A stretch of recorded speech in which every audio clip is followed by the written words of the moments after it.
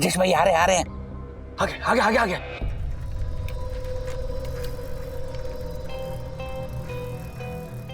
इनका check directly bank के deposit machine में डिपॉजिट करने के लिए मैं ऑफिस का सारा काम छोड़ छाड़ के उनके बैंक जाया करता था। What? मतलब इस बार थोड़ा लेट हो गया था ना जाना, तो ये सब गड़बड़ हो गया सर। मिस्टर वागले, मुझे आपसे ये उम्मीद नहीं थी। How can you force an employee to do your personal work? I am sorry ma'am. Sir आप क्यों सॉरी बोल रहे हो? सच बता दीजिए ना। नहीं एक मिनट सर, एक मिनट। निक सर कह रहा मैम, एक्चुअली ये दासानी जो ऐसे सो कॉल्ड फेवर करने की बात कर रहे हैं ना राजेश सर को, वो दरअसल फेवर थी ही नहीं। इनफैक्ट राजेश सर इस दासानी का अधूरा काम पूरा किया करते थे। What? Yes ma'am. हाँ एक मिनट एक मिनट। और मैम अभी ये दासानी ने कहा ना कि मैंने पूरा पेंडिंग काम कर दिया है की मीटिंग का, वो दासानी ने किया ही नहीं है, वो राजेश सर ने कंप्लीट किया। ओ हेलो वेट वेट। और ये कह रहा ma'am Dasani her bar sir please मुझे बचा लीजिए, सर प्लीज मुझे बचा लीजिए, ऐसा कह के अपना अधूरा काम राजेश सर के पास करवाता है। और उसके बदले में राजेश सर लाइए ना आपका चेक मैं भर देता हूं, ऐसा कह के जबरदस्ती राजेश सर के पास चेक लेता है और ये चेक भरने जाता है। हाँ मैम, इस बात का मैं भी गवाह हूं। हाँ नो मिस्टर वागले, फिर भी आप गलत ही हैं। गलत इंसान को मदद करना और गलत इंसान से मदद लेना ये भी गलती ही है मिस्टर वागले।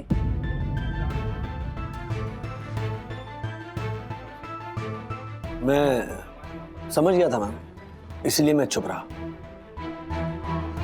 क्योंकि गलती मेरी थी। गलत व्यक्ति से मदद लेना और गलत व्यक्ति को मदद करना दोनों गलत है। गलत व्यक्ति की मदद करना गलत है। और टूट गया हूँ यार, एक पैसे की इनकम नहीं है, ऊपर से मम्मी की जिम्मेदारी, उनकी दवाइयों का खर्चा। फिलहाल ये 15,000 रुपए हैं आंटी की दवाइयों के लिए। हाँ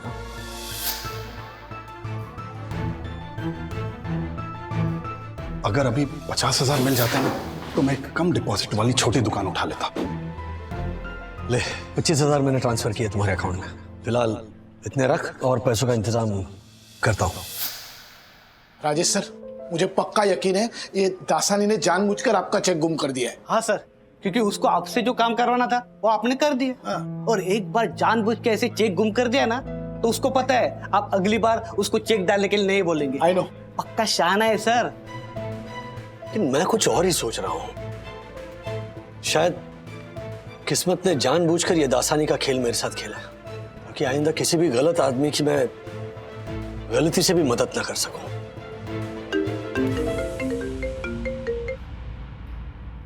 हाँ दादा। राजू, ऑफिस से आकर मम्मी के घर पे मिल, जरूरी काम है।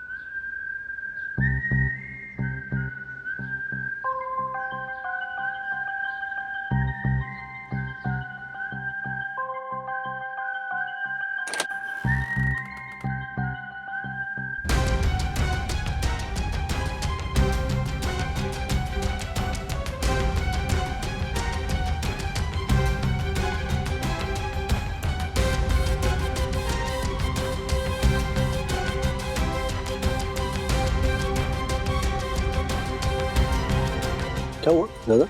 मुझे नहीं, तुझे क्या हुआ राजू? भगवान बनने का ऐसा भी क्या शौक चढ़ा है तुझे कि सही और गलत की पहचान भूल गया तू? मनोज भैया, आपने सबको यहाँ बुलाया, लेकिन आप बताइए तो सही बात क्या है? बात ऐसी है, इस बार मनोज ने जो कुछ भी किया सही किया। राजू, हम सबको लगता है कि इस बार ना गलती तेरी है। लेकिन क्या गलती हुई है राजसिमा? लगता है काका काकी को पता चल गया है। राजेश भाई का उधारी वाला चक्कर। तो और कौन सा चक्कर भी? माँ बताइए ना, क्या गलती हुई है रात से? बताती हूँ वंदू। राजू, एक बात बता, तू तेरे स्कूल का दोस्त वो शुभांकर, उससे मिलने लगा है क्या आजकल? आपको कैसे पता? नहीं, हाँ मतलब मिल रहा हूं, उसमें गलत तो कुछ नहीं है ना मम्मी? पापा स्कूल का दोस्त है दादा, इनफैक्ट तुम भी तो जानते हो उसे। हाँ बिल्कुल जानता हूँ। उसके बाप की स्टेशनरी की दुकान थी, अपने स्कूल के सामने वाली सोसाइटी में ही रहता था, कपाड़िया सदन में। अब तू सुन, तू क्या नहीं जानता। उस दिन मुझे मम्मी ने फूल लाने के लिए बोला था दादर से। मैं फूल लेके जैसे ही तेरे सोसाइटी में घुसा तो मैंने देखा तू किसी को पैसे ट्रांसफर कर रहा है।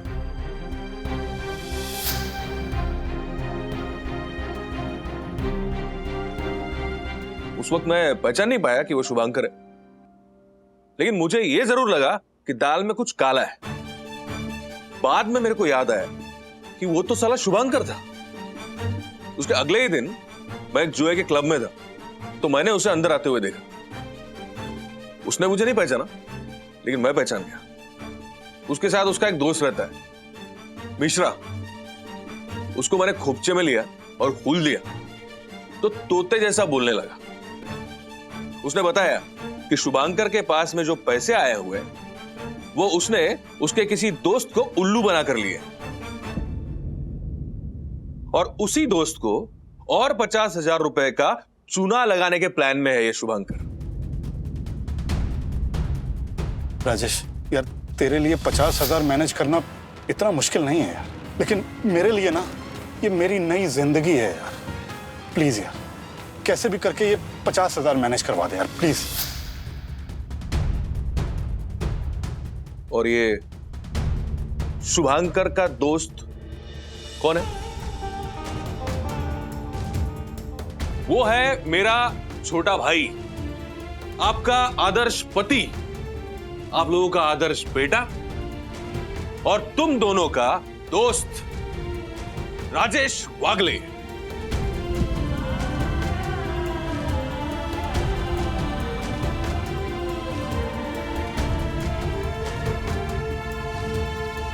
ये आप क्या कह रहे हैं दादा? बताता हूं, मैंने सब बताता हूं। पहले आप ये रख लीजिए।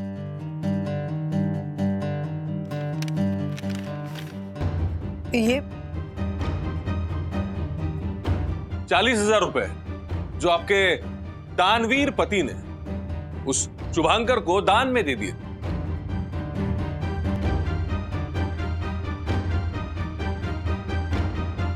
एक मिनट, दान? लेकिन राजेश भाई, आपने तो उस आदमी से पैसे उधार लिए थे ना, जो आपको चुकाने। हाँ? क्या? किसने कहा कि मैंने शुभंकर से पैसे उधार लिए? हमने अपने कानों से सुना है। आपने ये सुना कि मैंने पैसे उधार लिए? हमने तो क्या? लो, इधर तो कोई दूसरी स्टोरी चालू है। ये एक मिनट, लेकिन राजेश भाई, वो आदमी जिस तरह से आपके घर पे आके पैसे मांग रहा था, तो हमारे को तो वही लगा ना कि आपने उससे पैसे उधार लिए। यस, हम दोनों को यही लगा कि आप उधारी में फंस चुके हैं। अच्छा, इसीलिए 1 लाख ट्रांसफर करते वक्त आपने कहा था कि ये उधारी चुका दीजिए। बरोबर है, और नहीं तो क्या। राजू, तूने हर्षद से पैसे लिए? वो भी शुभांकर को देने के लिए। मम्मी, मैं तो इसको सिर्फ मूर्ख समझ रहा था कि बिना जांच पड़ताल के इतने सारे पैसे ये शुभांकर को दे रहा है, लेकिन नहीं, ये सिर्फ मूर्ख नहीं है, ये तो महामूर्ख है। ये दूसरों से उधार लेके पैसे दान कर रहा था। धन्य बाबा तू, धन्य। माफ करना वैनी, लेकिन मैं सच कहता हूं, अगर आप इसकी जिंदगी में नहीं होती तो न जाने कहां कहां और ये बेवकूफ बनता। राजू, तू कम से कम वो शुभांकर को 40,000 रुपए देने से पहले वैनी को एक बार पूछ तो लेता। और तुझे पता है ये 40,000 रुपए किसने लौटाए? उसके बाप ने। क्या? हाँ। शुभंकर के पिताजी? लेकिन वो तो कोरोना में। हाँ, मर गए। माँ ने खटिया पकड़ ली, बीवी बच्ची को लेके मायके चली गई, बिजनेस शुरू करने के लिए कुछ मदद कर दे, यही सब बोला था ना शुभंकर ने। सब झूठ है। उसका बेचारा बाप आज भी जिंदा है और स्टेशनरी की दुकान चलाकर पूरे परिवार को पाल रहा है। क्या?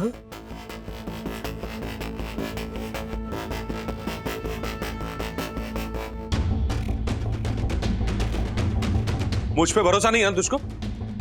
रुक।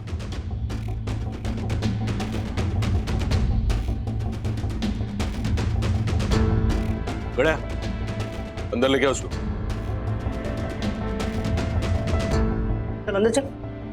चल चल जा जा जा जा।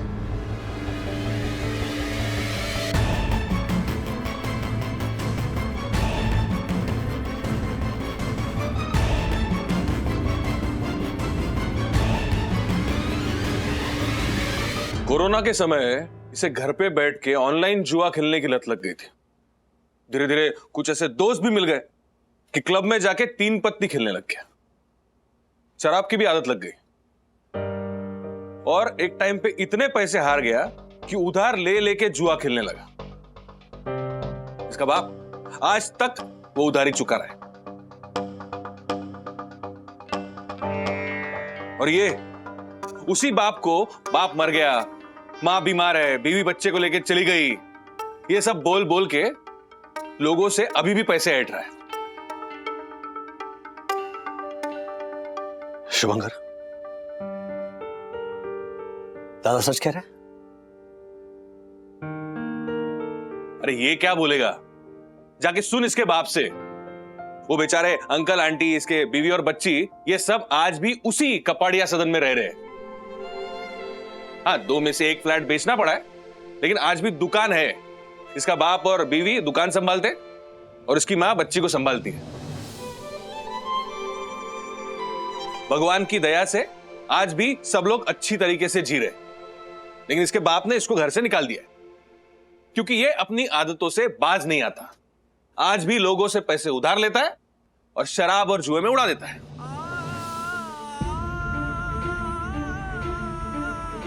अच्छा ये बता, वो कौन थे जिन्हें पत्नी और बेटी बनाकर वॉइस रिकॉर्डिंग फॉरवर्ड करता था?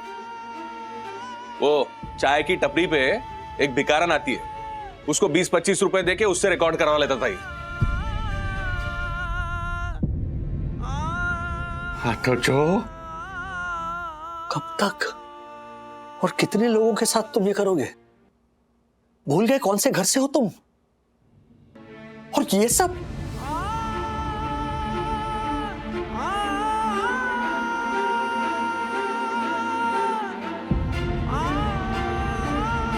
मुझे माफ कर दे राजेश।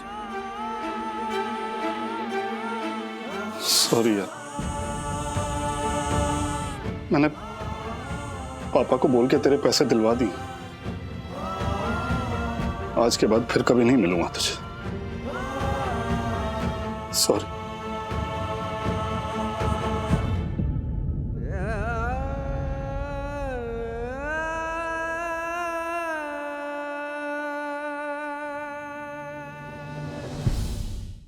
इसके बाप ने बोला है कि अगर और भी कुछ पैसे बाकी हो तो वो भी दे देंगे। पैसे की कोई प्रॉब्लम नहीं है उन्हें।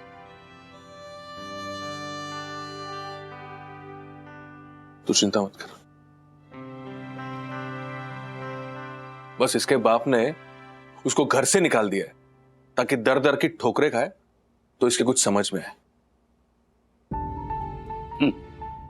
ठोकरे खाने से अगर इंसान समझ जाता तो फिर बात ही क्या थी? क्यों राधिका? आपको ये नहीं दिखाई दे रहा ना कि मनोज ने राजू के लिए कितना कुछ किया, इतना किया। लेकिन जरा इससे ये तो पूछो कि जिस जुए के अड्डे पे इसे शुभांकर मिला, उस जुए के अड्डे पे ये क्या कर रहे थे? दादा तुम भी? हाँ, खेलता हूं मैं जुआ। तो अरे जिसकी जिंदगी जुआ बन गई हो वो और क्या करेगा? और भी ऐसा बहुत कुछ करता हूं जो शायद तुम लोगों की नजरों में गुनाह होगा।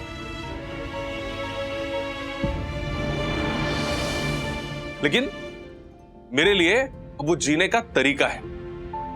और श्रीनिवास, कितनी भी ठोकरें खाई हो मैंने, लेकिन आज तक मेरा बाप मर गया, मेरी मां बीमार है, ऐसा बोल के किसी के साथ फ्रॉड करके जुआ नहीं खेला मैं।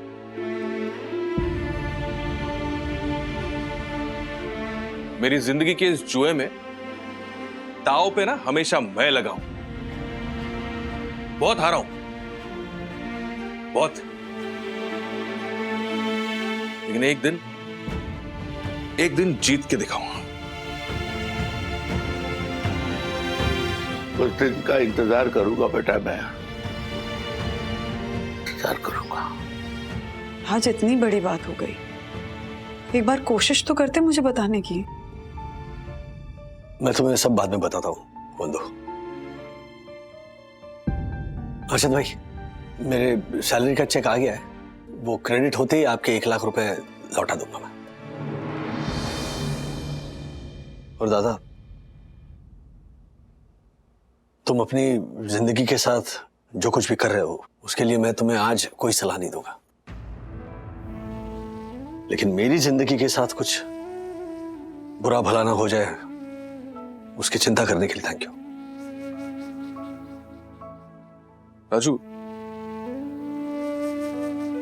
दर्द होता है मुझे, तो जितनी कोशिश बाकी लोगों की तकलीफ समझने की करता है, काश तूने मेरा दर्द समझने की भी उतनी कोशिश की होती।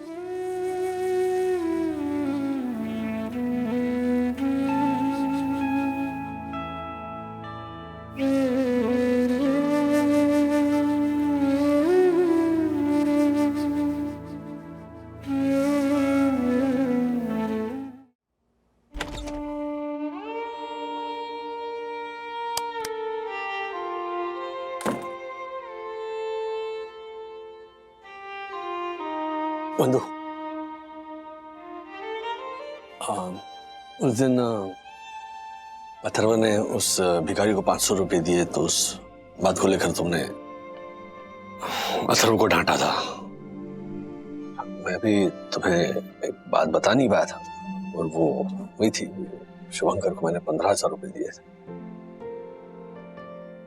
सॉरी बंधु।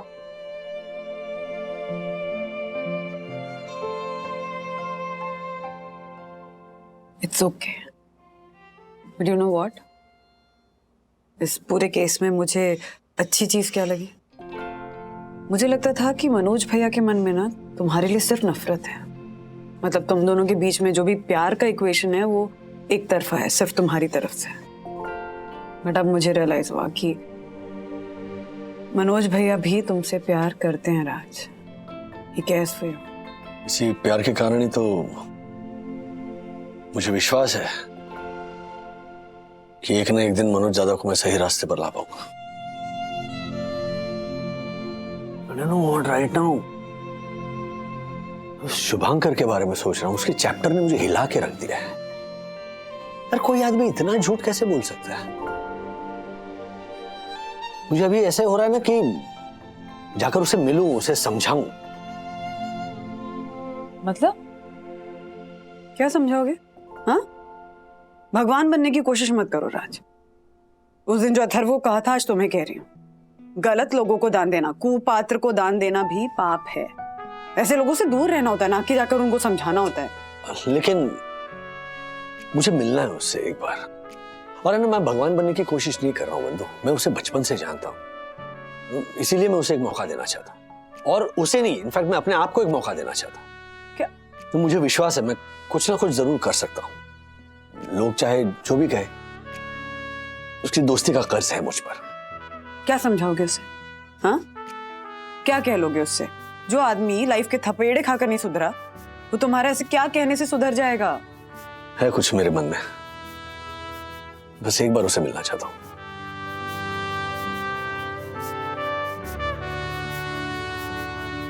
कमाल हो।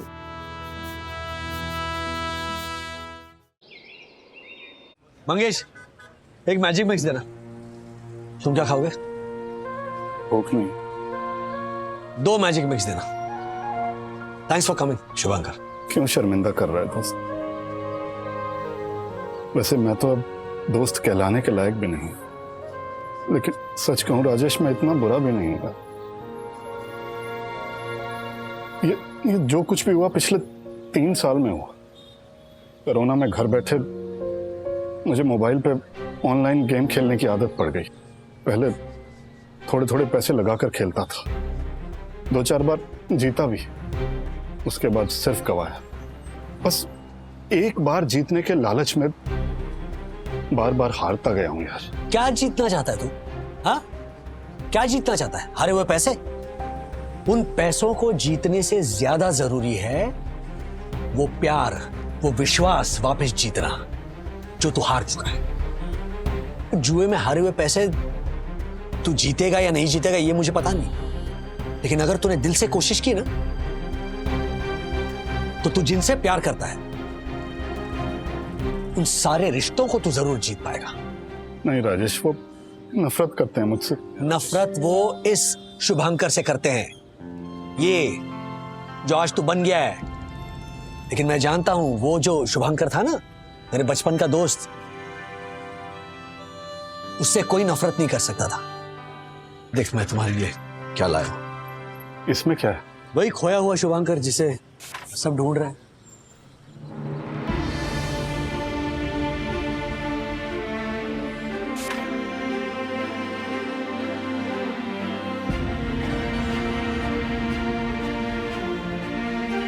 ये तो मैंने स्कूल में बनाए थे।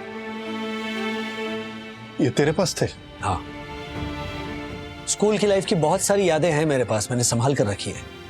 तो आज जब मैंने वो पिटारा खोला ना, मुझे ये तुमने बनाए हुए स्केचेस मिले। उस उम्र में जब हम बच्चों को एक सीधी लाइन नहीं खींचने आती थी, उस वक्त, उस उम्र में तुमने ये खूबसूरत स्केचेस बनाए। और इसीलिए ना मुझे विश्वास नहीं हो रहा है कि ये जो शुभांकर मेरे सामने बैठा है उसकी लाइन इतनी भटक गई है। बचपन में मुझे लगता था कि यार ये दोस्त है ना मेरा, बहुत बड़ा आर्टिस्ट बनेगा।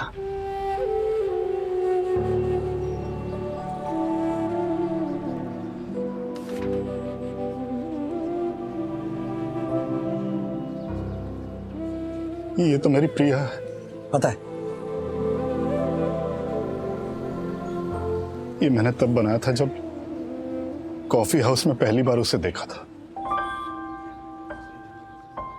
इसके बाद ही वो मेरी गर्लफ्रेंड बनी थी। और आगे चल के तुम्हारी पत्नी। ये तेरे पास कहां से आया? मैं तुम्हारे घर गया था, प्रिया से मिला, प्रिया ने दी मुझे ये स्केच। उसने इस शुभांकर को अभी भी संभाल कर रखा है क्योंकि वो तुमसे प्यार करती है। शुभांकर, सच बताऊं दोस्त, मैं हमेशा आर्टिस्ट ही बनना चाहता था, लेकिन मेरे पापा ने मेरे उस सपने को कभी पूरा नहीं होने दिया और मुझे स्टेशनरी की दुकान पे बिठा दिया। ये शायद मेरा उनके प्रति गुस्सा ही है जो आज भी उन्हें इस तरह से परेशान करके निकाल रहा हूं। एक बात याद रख शुभंकर, जब हम अपना सपना पूरा नहीं कर पाते ना, तब हम कई लोगों का सपना बन जाते हैं। तुम्हारी मम्मी, तुम्हारे पापा, प्रिया, उनकी आंखों में तुम अभी भी वही सपना हो। और जानते हो, उससे भी बड़ा सपना तुम किसकी आंखों का हो?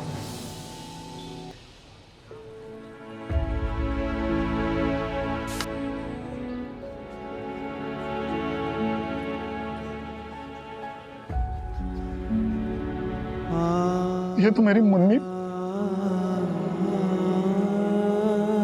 मेरी बेटी ने बनाया था जब वो सिर्फ 6 साल की थी। किसी भी 6 साल के बच्चे से कई ज्यादा हुनर है तुम्हारी बेटी में। तुम्हारी बेटी ने भी अपने पापा की स्केच संभाल के रखी है क्योंकि वो इस पापा से प्यार करती है।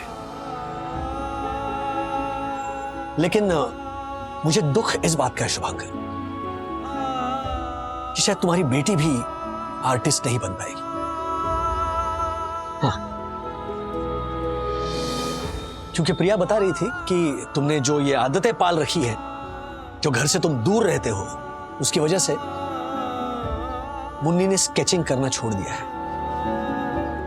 मैं आज तुम्हें इसीलिए मिलने आया हूं दोस्त, क्योंकि वो जो जुआ है ना, जो आज तक किसी का नहीं हुआ, जिसके लिए तूने ना सिर्फ पैसे बल्कि अपने रिश्ते भी हार दिए, वो सारे रिश्ते आज भी तुम्हारा इंतजार कर रहे हैं।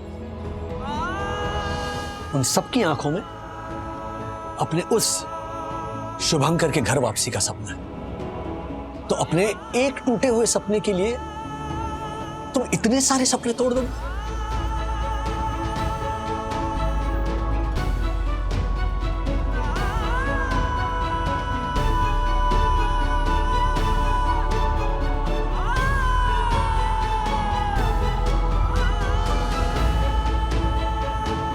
राजेश, आज तक मैं तुझसे पैसे पाने के लालच में तुझे भगवान कृष्ण और खुद को सुदामा कहता है, लेकिन आज तू सचमुच मेरे लिए भगवान कृष्ण बन गया है दोस्त। उस भगवान कृष्ण ने सुदामा के टूटे हुए घर को महल बना दिया, और तूने इस सुदामा के टूटे हुए सपनों का महल वापस खड़ा कर दिया। उसने सुदामा के चावल का कर्ज अदा किया था, और तूने मेरी दोस्ती का कर्ज चुका है दोस्त। Thank you so much. Thanks मेरे दोस्त। Take care.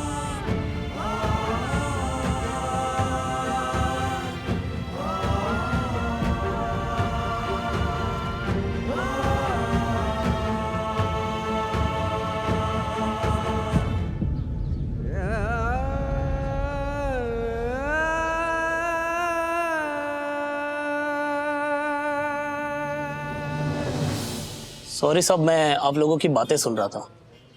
आपको क्या लगता है ये आदमी अपनी आदतें छुड़ा पाएगा? मतलब सही रास्ते पे आ पाएगा? उम्मीद करता हूं शुभंकर सुधर जाए।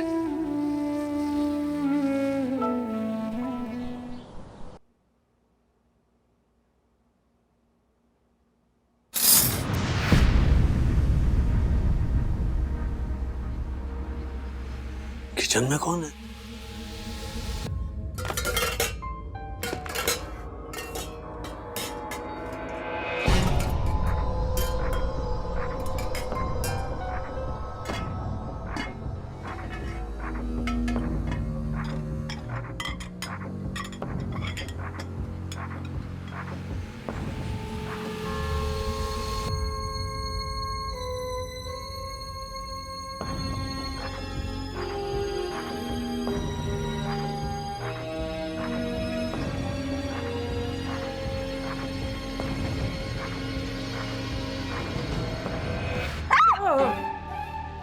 क्या कर रहे हो?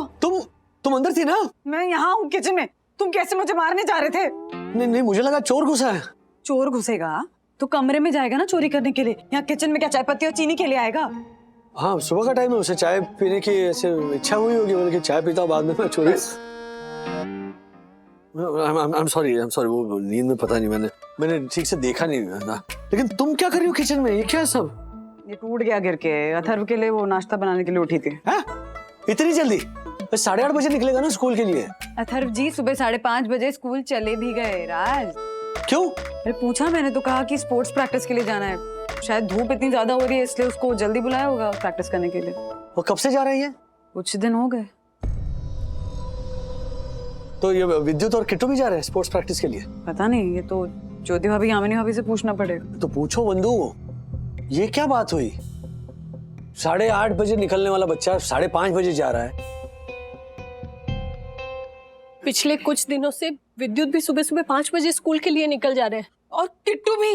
लेकिन सुबह 5 बजे तो कितना अंधेरा होता है। हर्षद भाई, 5 बजे क्या? आजकल मुंबई में इतना डस्ट है, इतना पोल्यूशन है कि 6:30 बजे सुबह भी ऐसा लगता है कि अंधेरा ही है। बच्चे इतनी सुबह जाते कहाँ हैं? ओह माय गॉड, कहीं हमारे बच्चे गलत रास्ते पे तो नहीं जा रहे? नहीं दक्कू, बच्चों को स्कूल का रास्ता पता है।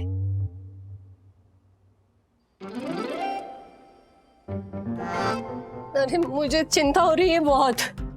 मतलब मेरे जैसलमेर के 3 बेडरूम हॉल किचन वाले कुंवर भाई साहब है ना, उनका बच्चा चेतन, वो भी ऐसे ही स्कूल के लिए जल्दी जल्दी निकल जाता था। फिर पता चला कि उसे जुआ खेलने की लत लग गई है और जुआ खेलते खेलते चोरी भी करने लगा, चोरी करते करते नशा भी करने लगा। अरे ज्योति बहन चुप चुप बोलिए, कुछ अच्छा सुनने के लिए कान खुले हैं।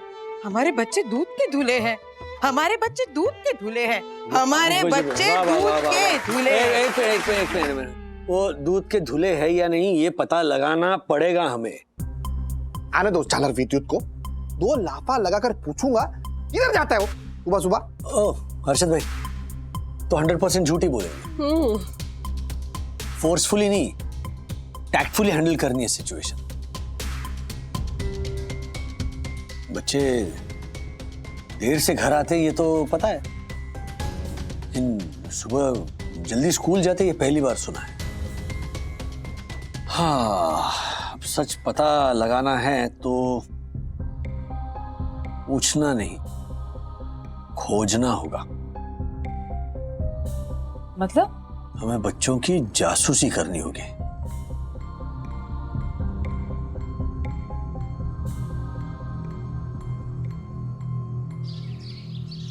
Bye bye bye mummy. संभल कर जाना। यस।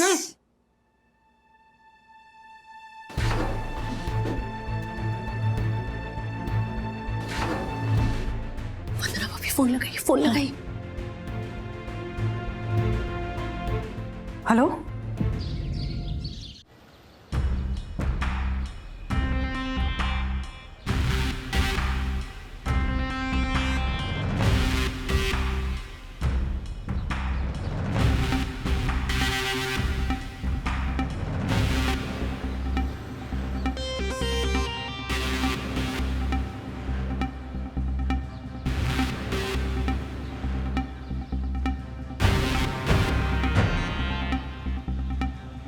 हाँ बंधु, हाँ बच्चे आ गए।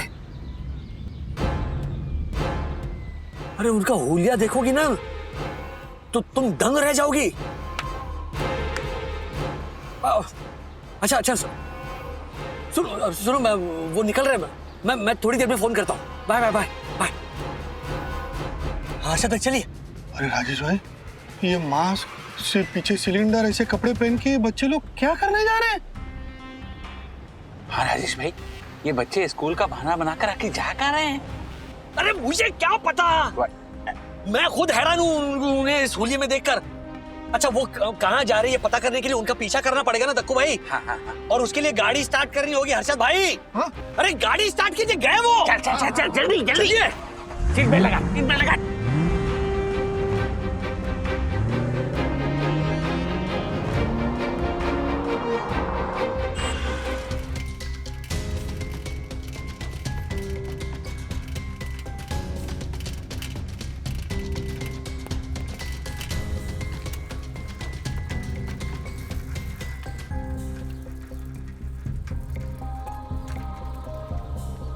राजेश भाई आ रहे हैं। आगे।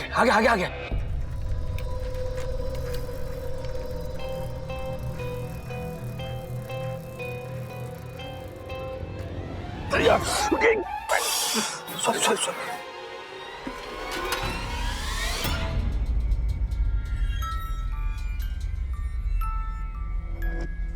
ये झोपड़े के पास क्यों रुक गया? साइकिल में हवा भरवा रहे होंगे। उन सारे मटकों में क्या हवा है? वो भरेंगे टायर में। तेरे को क्या ये पंचर की दुकान दिख रही है?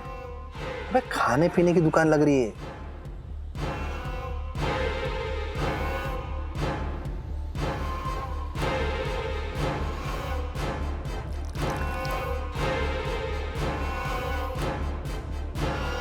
राजेश भाई, ये लोग ताड़ी तो नहीं पी रहे?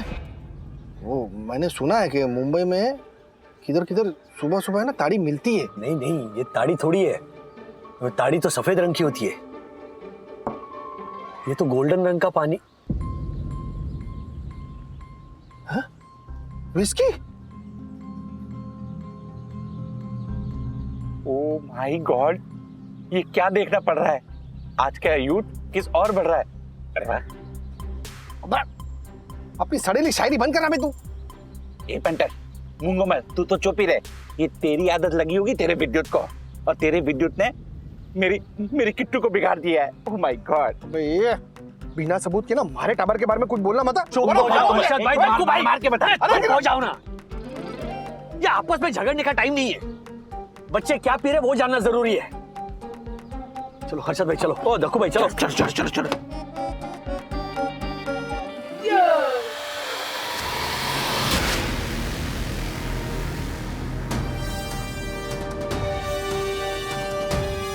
रुको।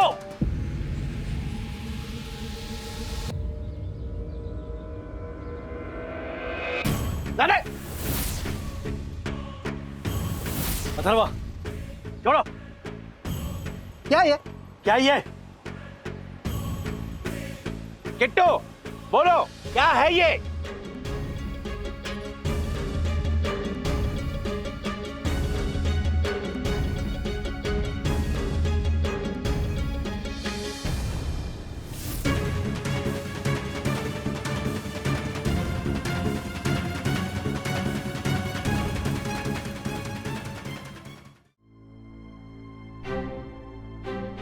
ये सब करने की क्या जरूरत थी?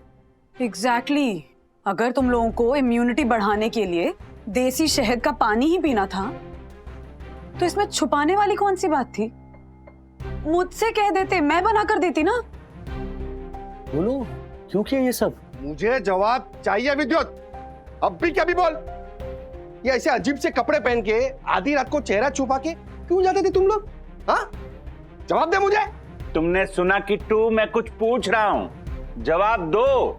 बुरा मत मानना मम्मी पापा, मैं आप लोग से जबान नहीं लड़ा रही हूँ, लेकिन सच तो यही है कि हम लोगों को सुबह जल्दी आप लोगों की वजह से ही निकलना पड़ता है। हमारी वजह से? ये बकवास कर रहा है तू? बता हमारी वजह से कैसे? एक्चुअली सिर्फ आपकी वजह से नहीं, आपकी पूरी जनरेशन की वजह से। Atharva, are you crazy? खुद गलती करके तू मम्मा डैडी को ब्लेम कर रहा है।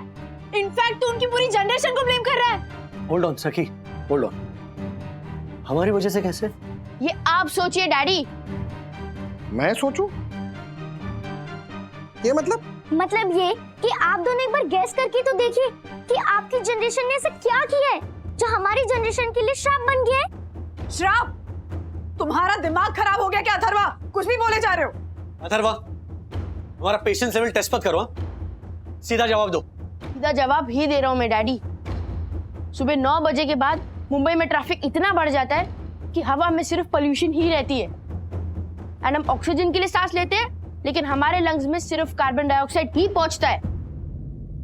हम इस पोल्यूशन भरी हवा में सांस नहीं लेना चाहते हैं पापा, इसीलिए हम वो वाला सूट पहनकर अर्ली मॉर्निंग स्कूल के लिए निकल जाते हैं। ये बकवास कर रहा है तू। ये बकवास नहीं, ये सच है पापा। कैसा सच? इससे बड़ा झूठ तो हो ही नहीं सकता है। अथर्वा अगर तुम्हें झूठ बोलना ही है ना तो कम से कम ऐसा बोलो जो एटलीस्ट बिलीवेबल लगे। ऐसा वियर्ड और सेंसलेस झूठ बोलने का क्या मतलब? ओए यही तो दुख की बात है कि आपको मेरा सच वियर्ड और सेंसलेस झूठ लग रहा है।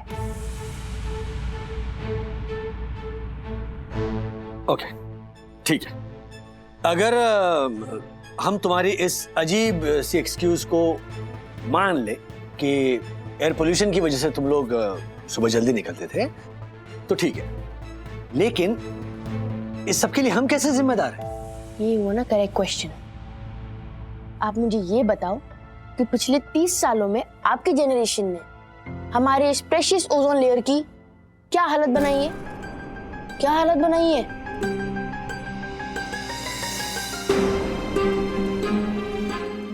पिछले 30 सालों में ट्रैफिक, प्लास्टिक, केमिकल यूसेज कितना ज्यादा बढ़ गया है, और फॉरेस्ट कटिंग में तो आप लोगों की जनरेशन ने सारे रिकॉर्ड तोड़ दिए। पिछले 30 सालों में सिर्फ जंगल काट काट के शहर एक्सपांड किया आपकी जनरेशन ने। Global warming already alarming stage पर आ गया है। जिस ऑक्सीजन के बिना हम 1 मिनट नहीं जी सकते, उसी ऑक्सीजन को आपकी जनरेशन ने हर 1 मिनट डिस्ट्रॉय किया है। क्या बोल रहा है बंधु? हाँ? क्या मतलब क्या?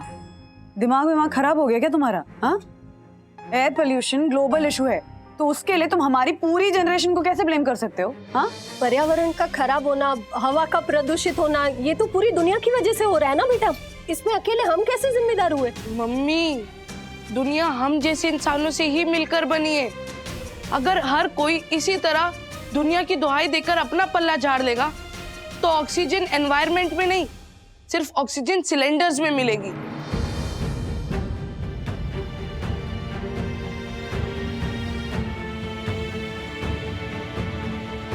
बदलाव के लिए एक जनरेशन तो बहुत बड़ी फौज है, एक इंसान भी काफी है। आज न्यूबॉर्न बेबीज अस्थमा और रेस्पिरेटरी प्रॉब्लम्स के साथ पैदा हो रहे हैं। वजह है एयर पोल्यूशन। इसलिए हमने डिसाइड किया है कि आपकी जनरेशन ने जो गलती की है ना, वो हम नहीं करेंगे। बस बस विद्युत, बड़ी देर से तेरी बकवास सुन रहा हूं मैं। गलत। और एयर पोल्यूशन तो बड़ी बड़ी फैक्ट्री की चिमनी से निकलने वाले धुएं से होता है। मेरी क्या गलती? गलती है पापा। पिछले 2 महीने से आपकी गाड़ी से बहुत धुआं निकल रहा है, फिर भी हमने पीयूसी नहीं करवाया। बात तो बराबर है। ये छालर कब से तेरी मेरी जनरेशन को दोषी ठहरा रहा है और तू हमारी टीम की गलती निकाल रही? बात गलती निकालने वाली नहीं है पापा। सोचिए, जब गुनगुन दीदी को एयरपोर्ट से घर वापस आना था तब हमने गाड़ी भेज दी। जरूरत क्या थी? गुनगुन दीदी ऑटो से भी तो घर वापस आ सकती थी। डबल साइड ट्रिप में डबल पॉल्यूशन होता है पापा। ये छालर बहुत हो गया। कब से तेरी बकवास सुन रहा हूं मैं। मेरे पास गाड़ी है, पेट्रोल भरने के लिए पैसा है, तो अपनी फैमिली के लिए इतना नहीं करूंगा मैं? और इतनी छोटी छोटी बात पर। यही छोटी छोटी बात जब करोड़ों और अरबों लोग एक साथ लगातार करते हैं तो ये छोटी सी बात बहुत बड़ी बात बन जाती है। सोच कर देखिए डैडी, अगर दुनिया का हर एक इंसान डेली बेसिस पर अननेसेसरी ट्रिप्स को अवॉइड करे ना, तो कितना पेट्रोल बचेगा और कितना एयर पोल्यूशन कम होगा।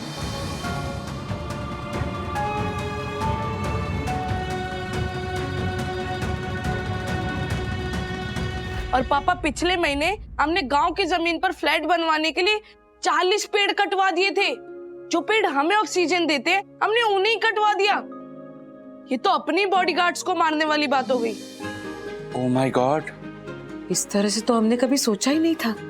शुरू में ये बात जितनी अजीब लग रही थी उतनी अब सही लग रही है। वो बात तो में मुझे मत उलझा विद्युत। और मारे को ये बता कि अचानक ये एयर पोल्यूशन रोकने की धुन कहां से सवार हो गई तुम लोगों पे? इसके पीछे एक बहुत इमोशनल रीजन है। अथर भैया और विद्युत भैया की क्लास में एक लड़का है, आर्यन। 2 हफ्ते पहले आर्यन का छोटा भाई पैदा हुआ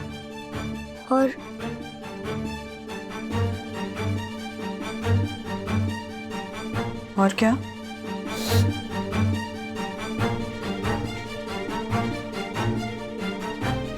और